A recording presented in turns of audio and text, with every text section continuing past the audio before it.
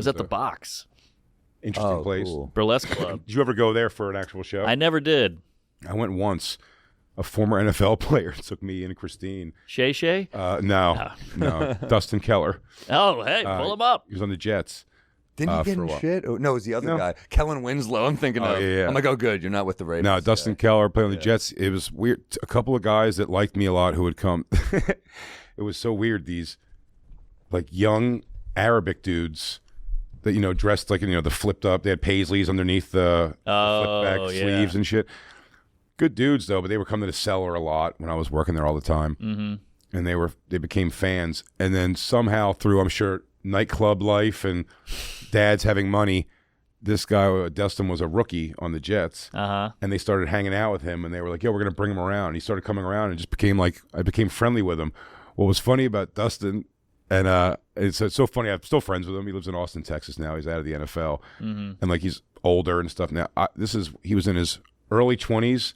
And you're seeing the behavior of a brand new millionaire. Oh, boy. And so I used to think it was so cool that a football player is coming to see me. So I'm like, I'd invite him to anything. Sure. And man, he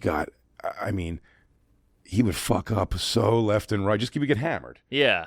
He would get hammered. And then, 14 million. In the time he was there, I forget who it was. One of the players in the Jets got in trouble for a DUI. So then they started making it easier for him to party by they had access to a accessoride or a party bus. Right. At 24/7 in case they're going to drink that will take them around. So it just made him party harder. Yes. But one time he came to the Eastville Comedy Club. Where Eastville was in the old East one? Village. Yeah, in the East Village. There were some fun nights at that club. Oh, yeah. Really fun nights. And hot crowds on weekends, too. And good lineups. It was like Ted Alexandro, you, Soder, Che. It was fun. It was so funny. The guy who ran that club was the opposite of what some clubs do. Some clubs are bad at letting in like the new talent. Mm-hmm. He was good on getting a new talent, kind of because who he associated with that club. But then as the young talent, you'd be in there going like, hey, you should work like Dave Attell and like Kurt Metzger and stuff. And they'd be like, and he goes, I don't get him. Oh. I told him when Ari moved across the street, when he first moved to New York, he moved across the street from Eastville. I go, Ari Shafir just moved to town. Like, you're across the street, dude. He's just want to work out. Like, this, you should like befriend that and like be open to that. He's like, yeah, I watch this stuff. It's not my thing. Wow. It's like a dummy. And I was like, yeah, but even if it's not your thing. Ari, I get, popular. but Attell? Come on. Yeah, so he just didn't get Attell. Wow, that's so weird insane. to admit you don't get Attell, too. Yeah. It's one thing to It's not probably get him, just playing devil's. Honestly, it's probably just like trying to be the guy, just say words when there's nothing to be said. But Dustin Keller went there one night. I got him tickets to the show, and I was coming down from another show, and you get that phone call from the club. That's like, hey man, your boy's in here, kind of being a problem. Now keep in mind, he's also a monster of a guy. Right. He's young. He's hammered. His what's now his wife, but his like hot girlfriend is like there. Yeah. And like she comes from money, so she's like And what he did, they went into the club, and they just were hammered and saying stuff like, and they're on my name, but not just on my name. They're also throwing like, like Bonnie McFarlane was on stage apparently, and he was like, "Bring on Jay." Oh, bring on Jay. Oh, it's like doing like that shit, and I'm not there for this. Oh, bring on Jay. And when I get there, I'm staying outside there, and he's in the lobby at this point, arguing with people. Him and Lewis almost in a fist fight, which thank God that didn't happen. Oh my God! This is also a pre any kind of training, Lewis, and not necessarily in shape. You know what I mean? Yeah, against a guy who's like at top physical form, sure, athlete. But Lewis was like right in his shit because damn.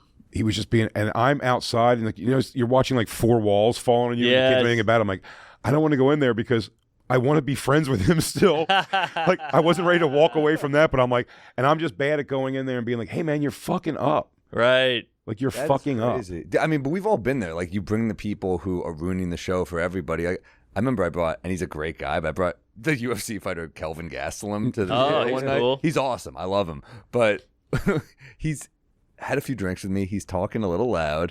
And Will, so Vince turns to him and goes, shut up. And Kelvin goes, I'm gonna fuck this guy up. I was like, no, he's cool. You don't want to hear a UFC fighter say, I'm gonna fuck up. It's also funny because you're going, he's cool. Joking. But it's funny because you're going like he's cool, but really the thing is going like you're not being cool. Like actually you're fucking up. Yes. But we don't have like I shouldn't include you, but I just don't have like that immediate. I have to get to like 10 before I like unload. So I'm like, how many times? Because I feel like I'm getting kicked, and you're like, hey man, are you not seeing you're fucking my shit up? Yeah. Like I have to get there though. I'm still trying to salvage everything at first, which I fucked up. I said my worst one ever was like bringing the wrong people. This wasn't celebrities. When I first used to do Caroline's, and I first got to the city, I was looking for some kind of work, and I'd already done the job like driving strippers and shit to bachelor parties. So I was like, oh, maybe I'll be like a door guy at like a shit strip club. Yeah. In like the city. And there was a place called Bare Elegance or something. It was like right across the street on the other side of Broadway from Caroline's. And I went in there and I was talking, and I just they just up there bullshitting. It's essentially a whorehouse. Yeah. More or less. Like they barely, they just stand there waiting for guys to take them in the back and fuck, really. How'd they look? Some were all right. All right. But they it's in Manhattan. I ended up, yeah. I think it's done now. It might be closed, but yeah, the sign's still up for it. But it was a shithole upstairs, and but I just bullshitted with the, you know, when you're a young comic especially, you can't wait to walk in and be like, I'm a comic, Right, here. right. I work Caroline's over here a lot, and you know, so I'm becoming friendly with this guy, and like, oh, we'd love to come see shows. And the owner, sort of, I'm friendlier with the bartender. But the owner would also be like, yeah. And then he brought the owner a couple times to some showcases and shows I did at Caroline's, and we're friendly. And then one time the guy goes, hey, I was opening for Brian Regan. Ooh. And he goes, dude, can you get me 4 tickets? Which was not easy to do. Sure. And I was like, yeah, sure. And I go, let me see what I can do. And I got them 4 tickets, and it was the owner, the bartender, and they brought 2 of their prostitutes. Oh, boy. Which they brought to showcases before sometimes, the girls. It was kind of neat because you were like, oh, now these girls are seeing me do my... Yeah, it's you know true. I mean? Like, I might get a free leg. And now when I pop in for like a drink, you know, at the place across the street, like those girls will be like, you were so funny, and blah, blah, blah. Yes, free hooker. Sure, exactly. And then, so I get them 4 tickets. I didn't know they put them right in the front. Oh, like boy. Dead center. Were they hookery? Were they all whored up? Yeah. They definitely did not blend into the Brian Regan crowd. But while the clean comedians crowd, and of course, you know, and Caroline's used to do the thing. They'd give you a ticket, you take it to your town. I don't know what they did at the end, but like, and they'd write like guest of Big J, you know, and have it on the board. He never saw that, thank God. But in the middle of Brian Regan's set, I'm drawn out to the showroom because I hear him like, hey, I've never seen Brian Regan break. Yeah. Like his energy on stage at all to a different thing. And I'm sure it's happened, but like he was like, hey, you're like ruining the show for everybody. It's like you're constantly talking. And it's such an earnest, like, but it's like if you don't want to watch the show, it's fine, but you need to stop talking or you got to go. Like it's really, and I'm like, holy shit. This is Regan, the nicest guy, the nicest, sweetest, and cleanest comic, and a legend. And he's killing. This is his last run before, like, you know, theaters. This is why his hair turned white. His hair was not white at this point. So and then I go back in like the green room, and I'm just kind of like stewing, like waiting for this show to be over so I can go out there. And now I'm like, yo, you guys fucked up. Yeah. Like, what are you doing? And I was gonna go give him shit. And when I hear the show ends, I go out to the, you know, the front bar of Caroline's, and I'm waiting. And it seems like forever for these guys to come out, and then the 2 guys come out. Without the girls, weirdly. But I'm not even paying attention to that. I just start right away. I'm like, yo, guys, I fucking work here. Like, you guys come here, I get you free tickets. It's like, you know, I'm starting ripping them. Yeah. And I go, and you're going to bring these girls, and everyone's going to talk during the show. And they're already apologetic as I'm talking. Oh, that's good. They're throwing a lot of apologies. But when I go, and they're just going to talk during the show, and they were like surprised that that's what I was coming at them about. They go, talk during the show. And I go, yeah. They go, oh, you don't know what happened? Apparently, when the show was over, I didn't know because I went out to the lobby and why it took so long for them to come out. When the show was over, when everyone's getting up, some older lady next to them went, thanks for ruining the show for me, and the hooker just punched her in the face. Oh, boy. And I was like, when he tells me, he goes, oh, yeah, no, one of the girls punched an old lady in the face. Like, oh. Like that, I'd be like, God. wait, what? Holy shit. And thank God. The manager at the time. How Kenny, old? Huh? How old? I don't know. I never even saw the girls again, Wow. all I know is You go to Brian Regan and you get punched by a hooker. That is not on your bingo card. No, Only in not New at all. York. Holy shit. Yeah, and then it was the wild, and I say I'll always give him credit, man. The manager that I think ended up getting fired from there for like embezzling or something. Yeah.